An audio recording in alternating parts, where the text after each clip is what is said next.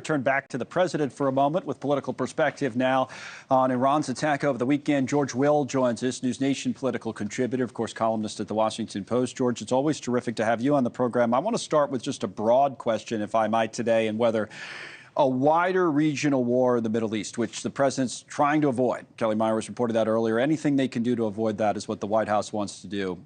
If that's where we end up, though, does that not only endanger but prevent Joe Biden from being reelected?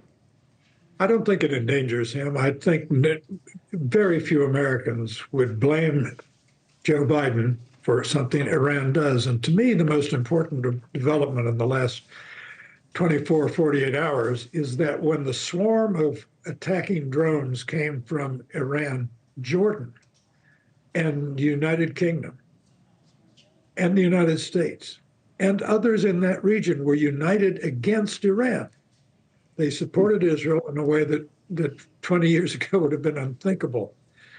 So Iran has concentrated the mind of a great many people in the Middle East as much the most dangerous thing happening over there.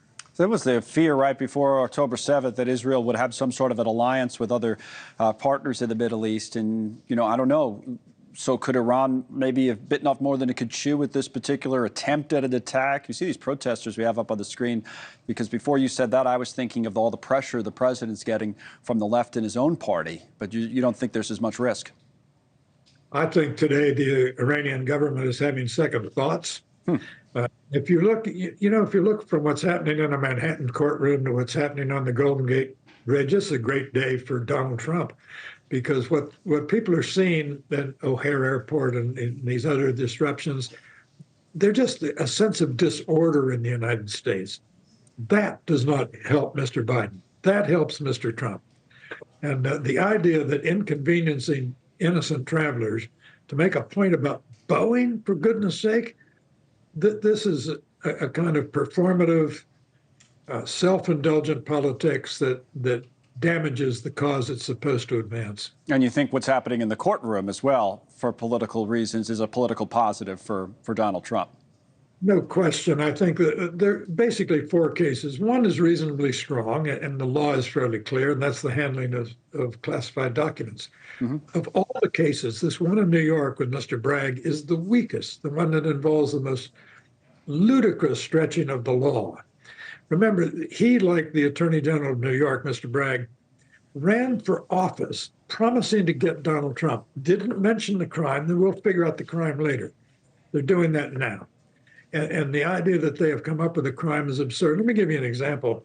Suppose a businessman says, I'm going to run for the Senate, and I want to give so that people think nicely about me as a boss, I'm going to give my 200 employees a raise. Mm-hmm.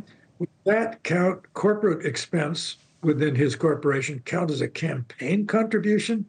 And an illegal one does not pass the laugh test, and that's approximately what we're dealing with Mr. Trump. And we're going to be dealing with it for a while, right? So this trial go on for as long as it goes on, 6 weeks, whatever it is. And then to your point, there's other trials that'll come up. This is the campaign, right? Today, we're watching it.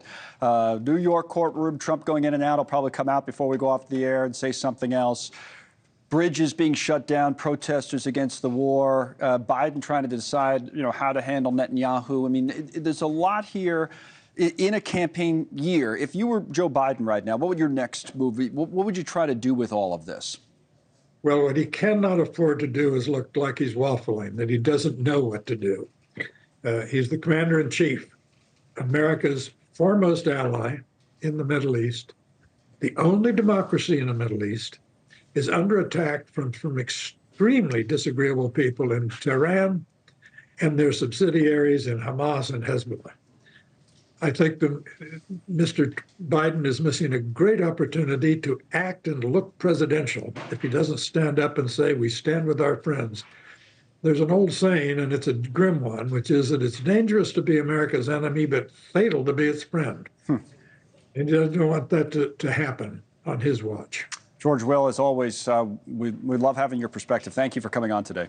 Thanks so much for watching. Just go to joinnn.com to find NewsNation on your television provider. And don't forget to click the red subscribe button below to get more of NewsNation's fact-driven, unbiased coverage.